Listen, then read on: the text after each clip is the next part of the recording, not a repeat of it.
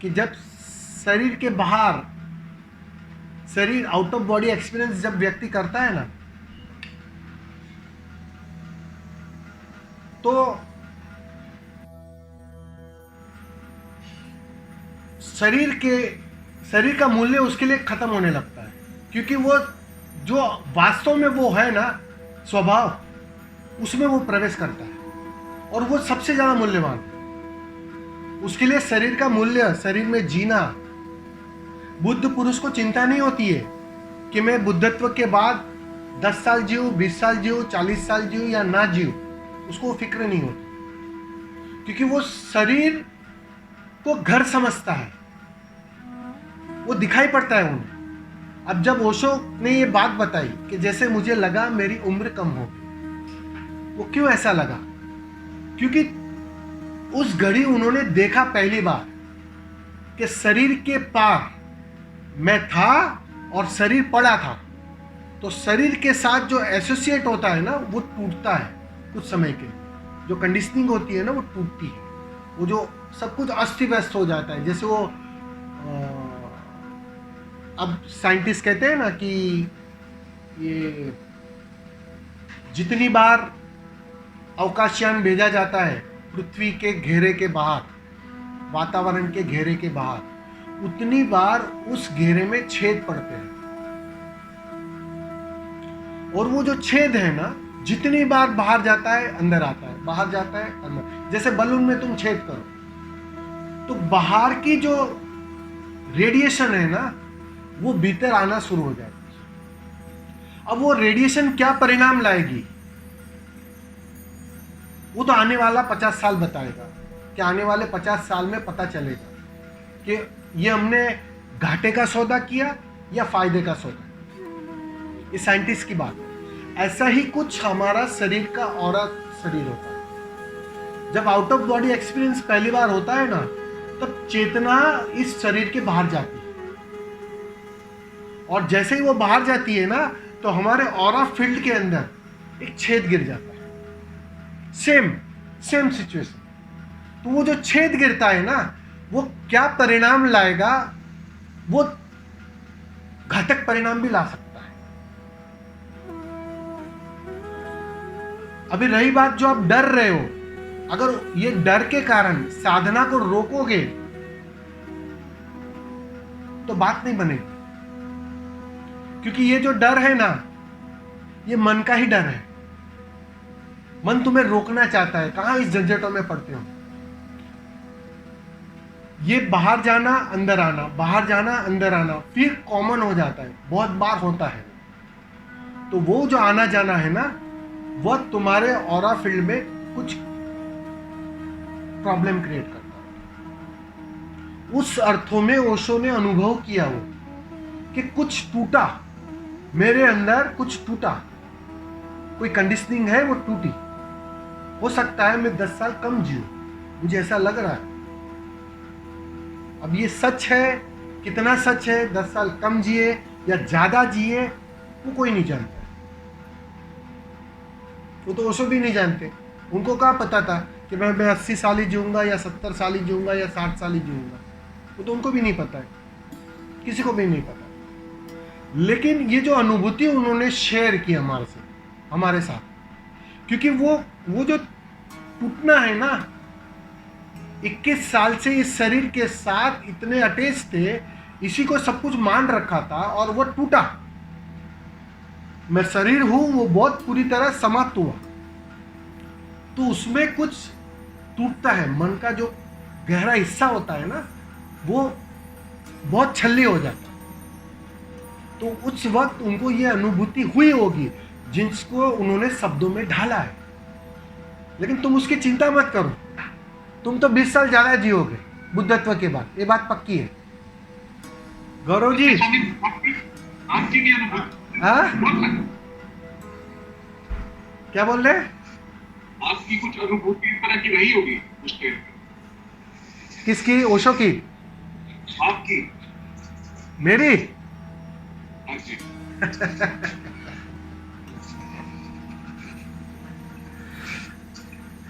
देखो, जब मरना घट जाता है ना मन के तल पर, अब आप पूछो तो मैं उसका उत्तर दूं, वो बात अलग है, क्योंकि एक कम्युनिकेशन हो रहा है। आप समझ रहे हो? बात लिखी जा रही है, पढ़ी जा रही है, रिकॉर्डिंग हो जा रही है, लेकिन वास्तव में जिसका मन चला जाता है, जिसका मन की मृत्यु हो जाती है ना, उसकी आगे की सब फ्यूचर खत्म हो जाती है, वो कंडीशनिंग खत्म हो जाती है। मुझे तो रात को घटना घटी थी, कुछ खो गया था, तो वो जो खोना था ना, वो मन को पूरी तरह मिटा डाला उसने। और जब मन मिट गया ना, तो वो सवाल पे, जो मन ही तो सवाल करता है ना कि क्या होगा कल, मैं 10 साल ज़्यादा जीऊँगा या कम जीऊँगा, अभी मुझे ऐसा लग रहा है या वैसा, अनुभूति के पार चला गया, तो वो कंडीशनिंग सब चली गई, तो वो सवाल ही नहीं आए मुझे कभी। आप समझे? मैं तो अभी तैयार हूँ इसी क्षण, अगर वो बुला ले आई एम हैप्पी, और वो 100 साल जिंदा रख दे तो भी मैं खुश हूँ। अपने तरफ से कुछ भी बदलना नहीं है, क्योंकि वो जो बदलने की चाह थी ना मन की, वो मन गया, ये मन मिटा, उसी का वो परिणाम। ये तो जब आप किसी ने प्रश्न पूछा हो, या ओशो जब अपनी बात करते हो, या कोई भी बुद्ध पुरुष को आप पूछो, तो वो अपनी उस घटना को, उस अनुभूति को जब शब्दों में ढालेंगे, तो यही तकलीफ होती है कि उसे थोड़े रंग देने पड़ते हैं उसको समझाने के लिए। हालांकि ये कोई ऐसी घटना नहीं है, कोई चमत्कार नहीं हो रहा है, लेकिन जब आप प्रश्न पूछोगे, मुझे बताना है, ओशो को पूछोगे, ओशो बताएंगे, तो वो सब अनुभूतियों को शब्दों में ढालना कठिन हो जाता है, तो उसे थोड़ा बैकग्राउंड देना पड़ता है। तो वो सब ठीक है, उसमें ज्यादा उलझो मत। सवाल इतना ही है कि मन मिट जाता है, मन चला जाता है, मन गया कि अहंकार गया, उसके बाद स्वामी जी उसके लिए स्वामी जी मैं कह रही थी, जब हम लोग अपनी यात्रा शुरू करते हैं ध्यान की, जब पुरुषों को हम ये पढ़ते हैं कि वैसे शरीर चला गया और नाभि से लटका हुआ था, सभी साधकों के मन में, मेरे मन में भी ये लगता है कि ये घटना मेरे साथ जरूर घटेगी, एक दिन मैं शरीर से अलग होंगी और अपने शरीर को देख पाऊंगी। लेकिन अभी आपसे बात करके और अभी मुझे ऐसा लग रहा है कि क्या ये जरूरी नहीं है ना कि हर किसी के साथ ये घटना घटे, कुछ और भी हो सकता है। क्या समाधि के लिए ये रास्ता जरूरी ही है कि आपका शरीर दूर पड़ा हो और आप इसे देख रहे हो? मुझे एक बात बताओ, ये मुझे एक बात बताओ, आपने कबीर को सुना है, नानक को सुना है, महावीर को सुना, बुद्ध को सुना, ओशो के मुंह से, किसी की घटना मिलती जुलती है क्या? नहीं। क्यों? अगर कबीर भी महावीर को सुनकर कि महावीर को ऐसी घटना घटी, वो तो ऐसे बैठे थे जैसे गौ दोहासन में, और उस बैठने के चक्कर में पड़ जाते थे, तो हो सकता था कबीर को मिलता था ना, वो नहीं मिल पाता। यही तो चूक हो रही है ना, यही तो बुद्ध पुरुषों को उनकी घटना, देखो ये घटना मन को अच्छी लगती है, आप ये सवाल करते हो ना, मन को बहुत अच्छा लगता है ये सवाल। हाँ। समझो आप मेरी बात? तो आप पूछना चाहती हो, अब पूछोगी तो मुझे उत्तर देना ही पड़ेगा। अब जब मैं उत्तर दूंगा, अब मैंने तो कहा मुझे सोते सोते बात बनी, तो तुम सोने के चक्कर में मत लग जाना कि सोती रहो। आप समझ रहे हो? यही होता है। हम इसलिए क्या होता है कि जब कोई भी चीज बताई जाती है ना, उसको करने के चक्कर में ही साधक जो स्वभाव से घट रहा था। देखो एक बात पक्की है,